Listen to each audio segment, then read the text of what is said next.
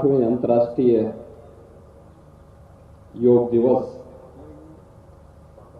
के कार्यक्रम के मुख्य आयोजन उत्तर प्रदेश राजभवन में उपस्थित प्रदेश की माननीय राज्यपाल आदरणीय आनंदीबेन पटेल जी, प्रदेश सरकार में मेरे सहयोगी मंत्री, आयुष विभाग के मंत्री श्री दयाशंकर मिश्र जी, आज के इस अंतर्राष्ट्रीय योग दिवस कार्यक्रम में राजभवन के इस प्रांगण में उपस्थित सभी योग साधकगण, प्रदेश के हर गांव, हर वार्ड, हर पार्क में, हर सार्वजनिक स्थल पर योग दिवस के कार्यक्रम के साथ जुड़े हुए सभी शासन प्रशासन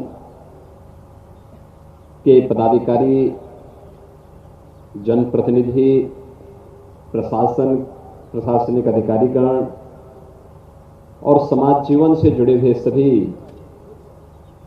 योग साधकगण, उपस्थित भाइयों बहनों, मैं 8वें अंतर्राष्ट्रीय योग दिवस के अवसर पर प्रदेश की माननीय राज्यपाल और आप सभी योग साधकों का हृदय से स्वागत करता हूं। आप सबको 8वें योग दिवस के अवसर पर हृदय से बधाई भी देता हूं। आप सबके प्रति अभिनंदन भी व्यक्त करता हूं।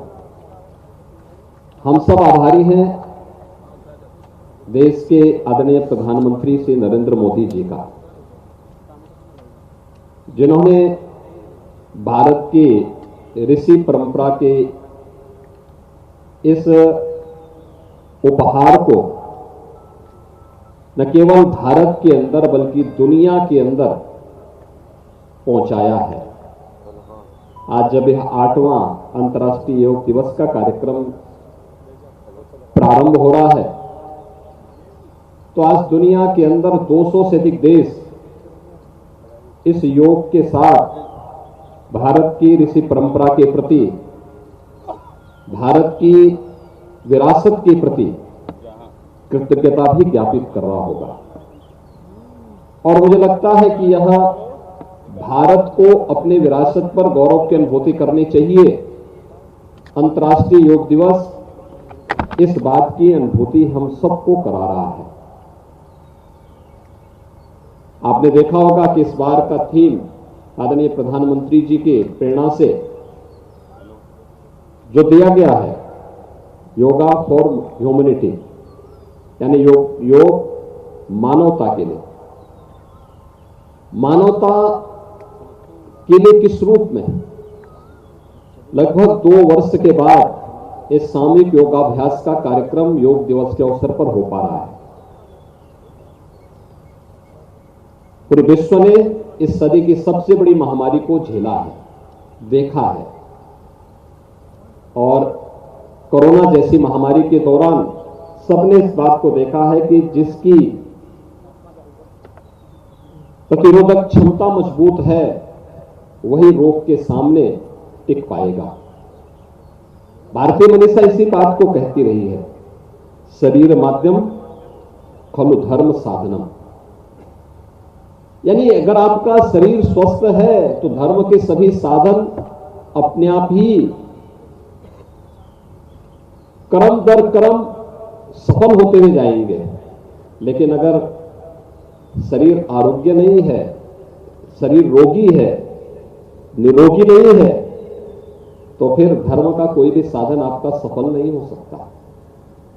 यानी जीवन में कोई भी कार्य आप सफलतापूर्वक कर पाएंगे, ये अपने आप में एक प्रश्न खड़ा करता है। और इसीलिए योग का जो पहला नियम है, मुझे लगता है वह तो अनुशासन से ही जुड़ा हुआ है। योग हमें अनुशासन में बांध करके यह हमें निरोगता की ओर, हमारे शारीरिक और मानसिक विकास की ओर, उसके उन्नयन की ओर लेके जाता है। एक बड़ी यानी एक छोटे से व्यवस्था से बड़े आयाम की ओर हम सबको ले जाने का कार्य करता है। और 8वां योग दिवस का तो थीम भी यही दिया गया है। और ये हम सबका सौभाग्य है कि यह वर्ष भारत की आजादी का अमृत वर्ष भी है। हम सब सौभाग्यशाली हैं कि हम देश की आजादी के 75वें वर्ष में स्वयं इस कार्यक्रम के साक्षी बन रहे हैं। हमने आजादी को तो नहीं देखा, आजादी के आंदोलन में हम लोगों ने सक्रिय रूप से सहभागी होने का सौभाग्य हमें नहीं प्राप्त हो पाया, लेकिन हम इस बात को कह सकते हैं कि आजादी का जब 75वां वर्ष पूरे देश के अंदर धूमधाम से आयोजित हो रहा था, उस आयोजन के साथ हम भी साक्षी बने थे, हम भी उस आयोजन के साथ जुड़े हुए थे। हम ये बोलने के लिए अपने आप को गौरव की अनुभूति करा सकते हैं। और आजादी के अमृत महोत्सव वर्ष में उत्तर प्रदेश ने भी ये तय किया कि आदरणीय प्रधानमंत्री जी ने जब देश के सामने लक्ष्य दिया कि योगा फॉर ह्यूमैनिटी, दुनिया एक तरफ कोरोना महामारी से जूझ रही है, दूसरी तरफ दुनिया ने इस दौरान युद्ध भी देख रहा है, आपसी कलह भी देख रहा है, भौतिकता के पीछे भागती हुई मानवता के उन संकीर्ण स्वार्थों को भी बहुत नजदीक से महसूस कर रही है। उन स्थितियों में उत्तर प्रदेश ने भी तय किया, अगर आप भारत के अंदर आज प्रधानमंत्री जी के आह्वान पर इस योग दिवस में 25 करोड़ योग साधक एक साथ योगिक क्रियाओं को करते हुए दिखाई देंगे। आसन करेंगे, प्राणायाम की क्रियाओं को करेंगे। जो नियमित अभ्यासी हैं वे ध्यान की क्रियाओं को भी इसके साथ आगे बढ़ाएंगे। एक अभ्यास, एक कार्यक्रम के साथ जुड़ना, तो उत्तर प्रदेश ने भी इस बात को तय किया है कि अगर उत्तर प्रदेश में देश का हर छठा आदमी उत्तर प्रदेश में निवास करता है, तो उत्तर प्रदेश में भी 75,000 से अधिक स्थानों पर, यानी 75,000 से अधिक स्थानों पर ये योग के कार्यक्रम चल रहे हैं। आयुष विभाग ने, हमारे प्रशासन ने, जनप्रतिनिधियों ने, सभी ने मिलकर के इस कार्यक्रम को आगे बढ़ाने के एक संकल्प के साथ आगे बढ़े हैं। और 75,000 से अधिक स्थानों पर एक साथ यह योगाभ्यास का कार्यक्रम आगे बढ़ रहा है, जिसमें 3.5 करोड़ का लक्ष्य उत्तर प्रदेश को दिया गया था। मेरा मानना है कि 5 करोड़ से अधिक लोग आज योगाभ्यास के कार्यक्रम के साथ जुड़ रहे हैं। मैं भी देख रहा था, मैं यहां के कल राजभवन के कार्यक्रम के बारे में पूछ रहा था कि राजभवन में क्या स्थिति है। यानी जितने लोगों के लिए अनुमति थी, उससे भी कई ज्यादा लोग इस योगाभ्यास के कार्यक्रम के साथ आज यहां पे जुड़ रहे हैं। और राज्यपाल महोदय ने तो इस बात को कहा कि हम मंच पे नहीं करेंगे, हम तो लोगों के सामने ही करेंगे। हमारे राज्यपाल महोदय तो साक्षात योग की ही प्रतिमूर्ति दिखती है। इस उम्र में उनकी सक्रियता और हर कार्यक्रम में सर्दी, गर्मी, बरसात, किसी भी उसकी प्रवाह के बगैर वे निरंतर उत्तर प्रदेश जैसे राज्य में यहां के नागरिकों के कल्याण के लिए और देश के लिए एक उदाहरण बनती है। आज 75,000 से अधिक स्थानों पर योगाभ्यास का कार्यक्रम एक साथ चल रहा है। यह नियमित अभ्यास का कार्यक्रम है। और आपने देखा होगा कि योग के इस अनुशासन को ही मानने, योग के माध्यम से भारत ने अपनी ऋषि परंपरा के इस उपहार के माध्यम से जो कुछ भी अर्जित किया, वह कोरोना जैसी महामारी को मात देने में भी सफल रहा।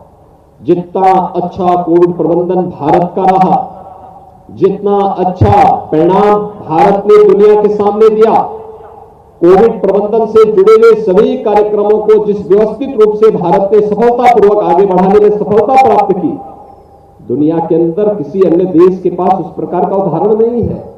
ये भारत ने ही तय किया कैसे होना है, कैसे कोविड के टेस्ट बढ़ाए जाने हैं, कैसे कोरोना के दौरान एक एक नागरिक के जीवन की रक्षा, जीवन और जीविका को बचाने का कार्यक्रम भारत ने ही, इसका मंत्र भी प्रधानमंत्री मोदी जी ने दिया।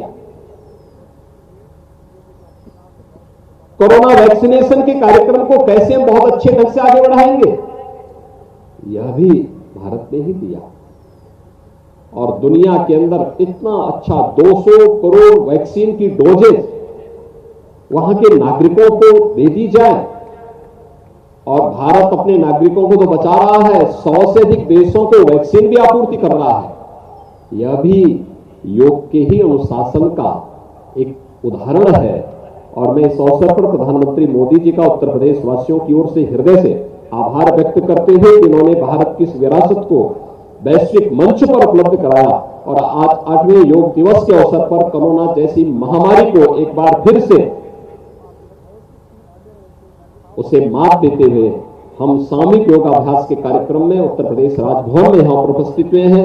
इस अवसर पर मैं माननीय राज्यपाल महोदय का प्रदेश भर में जहां कहीं भी कोई व्यक्ति योगाभ्यास के कार्यक्रम के साथ जुड़ा है, कोई मंदिर में है, कोई मस्जिद में है, कोई गुरुद्वारा में है, कोई चर्च में है, कोई किसी अन्य धर्म स्थल पर है, कोई योग संस्थान में है, कोई पार्क में है, कोई गांव के किसी पंचायत भवन में इस योगाभ्यास के साथ जुड़ रहा है, कोई किसी अन्य महत्वपूर्ण सार्वजनिक स्थल पर जुड़ रहा है, उन सभी योगाभ्यासियों का मैं एक बार हृदय से अभिनंदन करता हूं, उन सब के प्रति अपनी शुभकामनाएं व्यक्त करता हूं।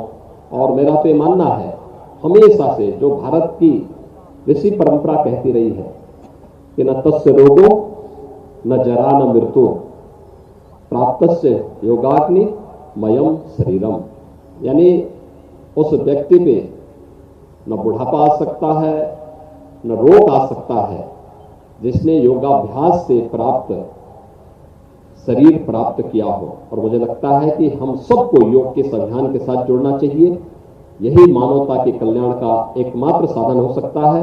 आप सबको 8वें अंतर्राष्ट्रीय योग दिवस के अवसर पर एक बार फिर से मैं हृदय से बधाई देता हूं। आप सबके प्रति अपनी शुभकामनाएं देता हूं। धन्यवाद। जय हिंद।